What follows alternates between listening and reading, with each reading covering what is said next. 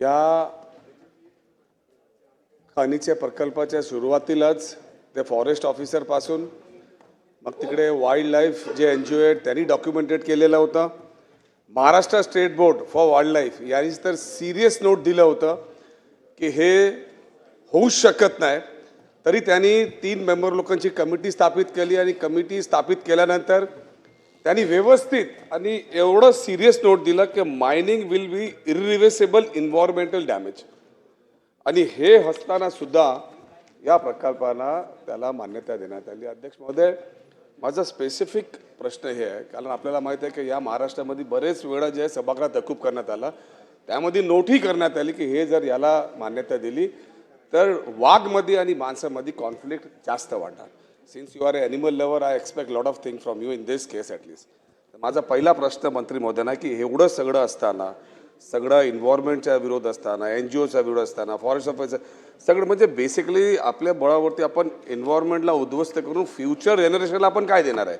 म्हणून पहिला स्पेसिफिक प्रश्न आहेत की आपण हे रद्द करणार का हे.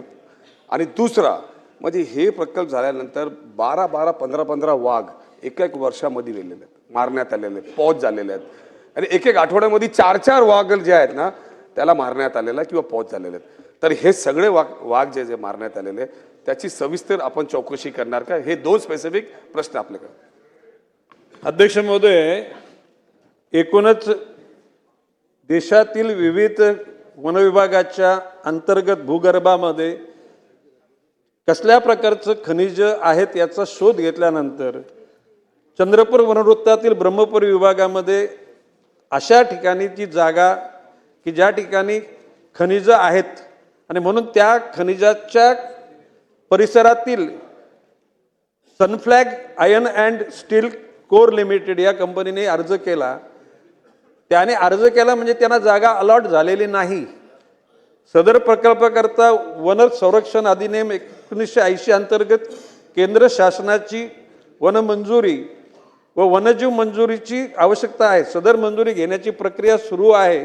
तथापि सदर प्रकल्पाला वन जमीन वलती करण्यात आलेली नाही. 16/10/2023 रोजी संपन्न झालेल्या राज्य वन्यजीव मंडळाच्या 22व्या बैठकीमध्ये देण्यात आलेल्या निर्देशानुसार त्रिसदस्य समिती गठीत करण्यात आली.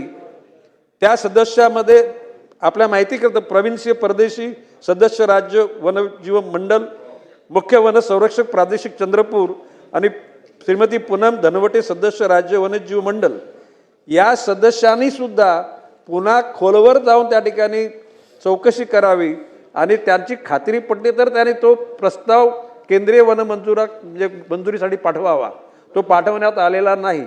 आणि त्यातल्या त्यात आता असं झालं की काल परवाच या सदर प्रकरणी उच्च न्यायालयामध्ये खंडपीठ नागपूर यांनी 23/2/2026 रोजी सुमोटो PIL क्रमांक 7/2026 व PIL क्रमांक 14/2026 या 2 याचिका दाखल करून घेतलेल्या आहेत. सुनावणी प्रलंबित आहे. आणि जर का मान्य न्यायालयाने सांगितलं की ह्या करायच्या नाहीत तर प्रश्न संपुट देणार आहे. कुठल्याही प्रकारे वन खात्याने त्या ठिकाणी संमती दिलेली नाही, त्यांना ताबा दिलेला नाही. हे महाराष्ट्र वन विभागाच्या अंतर्गत असलेली बाब केंद्रीय वन मंत्रालयाकडे जाईल. त्यांच्याकडून तज्ज्ञ लोकांकडून त्याच्यावर निश्चितपणे अभ्यास केल्यानंतर त्यांची खात्री जर पटली की वन्यजीवाला त्रास होणार नाही किंवा वनाची हानी होणार नाही तरच या परवानग्या देण्यात येतील. आणि आता तर ही बाब न्यायालयाच्या अधीन गेलेली आहे. माननीय न्यायालयाकडून जो निर्णय येईल त्याचं बंद निश्चितपणे पाळलं जाईल. नितीन राऊतजी बोला. नितीन राऊतजी. अध्यक्ष महोदय, वडट्टीवार साहेब जरा 1 मिनिट, जरा त्यांचे वाघ जरा वाघाचा प्रश्न आहे. वाघांच्या बाबतीमध्ये सन्माननीय सदस्य अस्लम शेख यांनी जी माहिती दिलेली आहे ही बाब तपासून बघितली जाईल. आणि जर त्या ठिकाणी कोणी जर दिरंगाई किंवा काय निष्काळजीपणा केला असेल त्यांच्यावर कारवाई केली जाईल.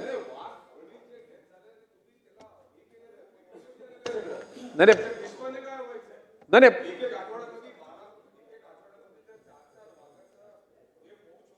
मारणं करत येत असेल तर कुठे त्याकरता वन विभागाची यंत्रणा सतर्क आहे.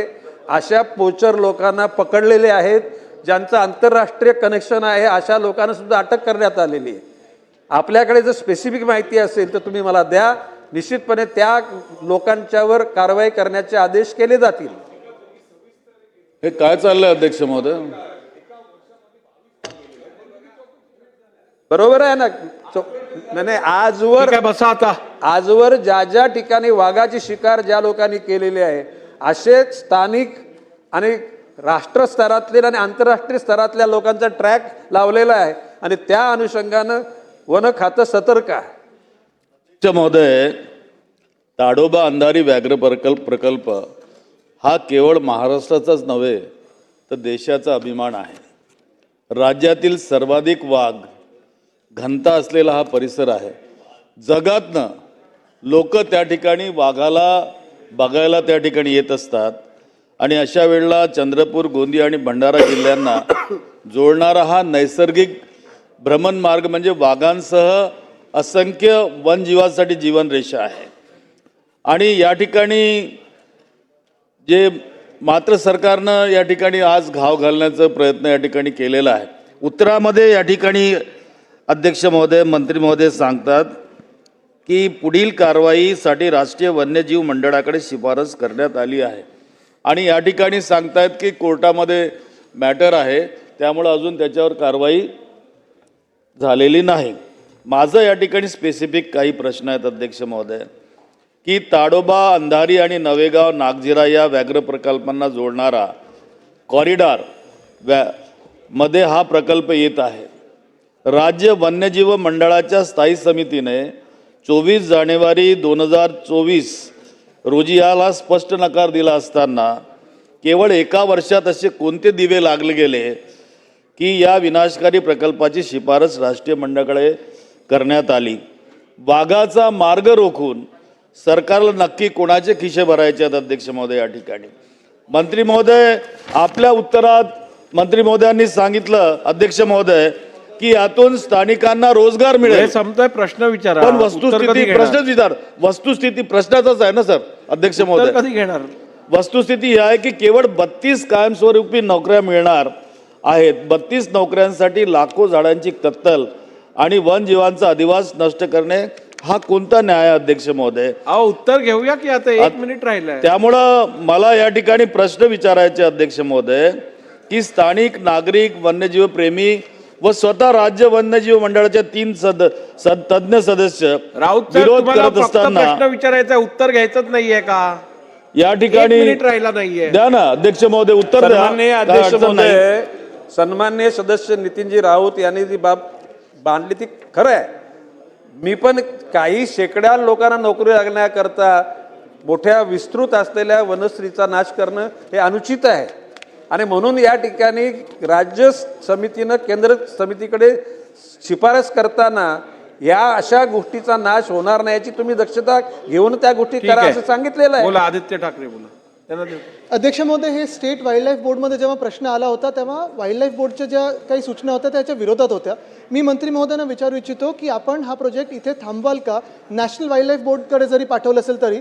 कारण याच्यात एकच गोष्ट महत्त्वाची आहे की जो TOR दिला होता तो TOR डिसेंबरमध्ये रद्द झालेला आहे, एक्सपायर झालेला आहे. त्याच्यासाठी माझी विनंती आहे आपल्याकडे की हा प्रोजेक्ट स्थगित करून एन्व्हायरमेंटल प्रश्न इम्पॅक्ट असेसमेंट उत्तराचा परत एकदा तास हे विचारा. उत्तर मिळेल तोपर्यंत वाढवण्यात येत आहे. बोला.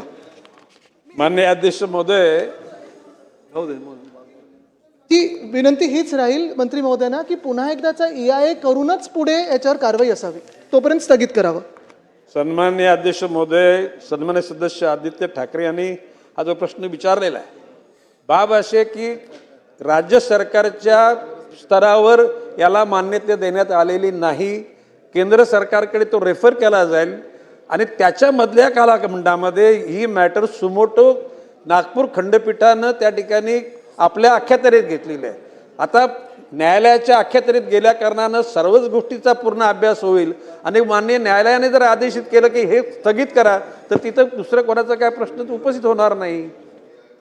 पण मंत्री महोदय, एका गोष्टीची जाणीव आपल्या सगळ्यांनाच असायला पाहिजे. आपण प्रत्येक वेळेला न्यायालयाकडे एखादी बाब न्यायप्रविष्ट असल्यामुळे त्यावरती निर्णय घेत नाही किंवा बोलत नाही, हे काय संपूर्णपणे योग्य नाही. कारण शेवटी कार्यकारी मंडळाचं काम आहे पॉलिसी मॅटर्स बनवणं. जोपर्यंत अशा पॉलिसी मॅटरवरती कुठच्याही प्रकारची स्थगिती आली नसेल तोपर्यंत पॉलिसी पॅरालिसिस करायची काय गरज नाही आहे. त्यामुळे यापुढे आपण ज्या वेळेला निर्णय घेत असाल तेव्हा केवळ न्यायप्रविष्ट असल्यामुळे इतर पॉलिसीज करण्यात येऊ नये अशी भूमिका शासनाची नसावी. अध्यक्ष महोदय, या ठिकाणी महाराष्ट्र राज्य स्तरावरून केंद्र सरकारकडे तो प्रस्ताव पाठवण्याच्या तयारीत आहे आणि ती पाठवणार आहोत. मधल्या काळामध्ये जर न्यायालयाने जर सुमोटो जर त्याच्यामध्ये हस्तक्षेप केला असेल तर न्यायालयाला आपण थांबू शकत नाही. निश्चितपणे माननीय न्यायालय जोपर्यंत त्याचा आदेश देत नाही तोपर्यंत आपण स्थगिती ठेवायला लागेल. परंतु प्रस्ताव तयार आहे, जे योग्य असेल तेच केलं जाईल.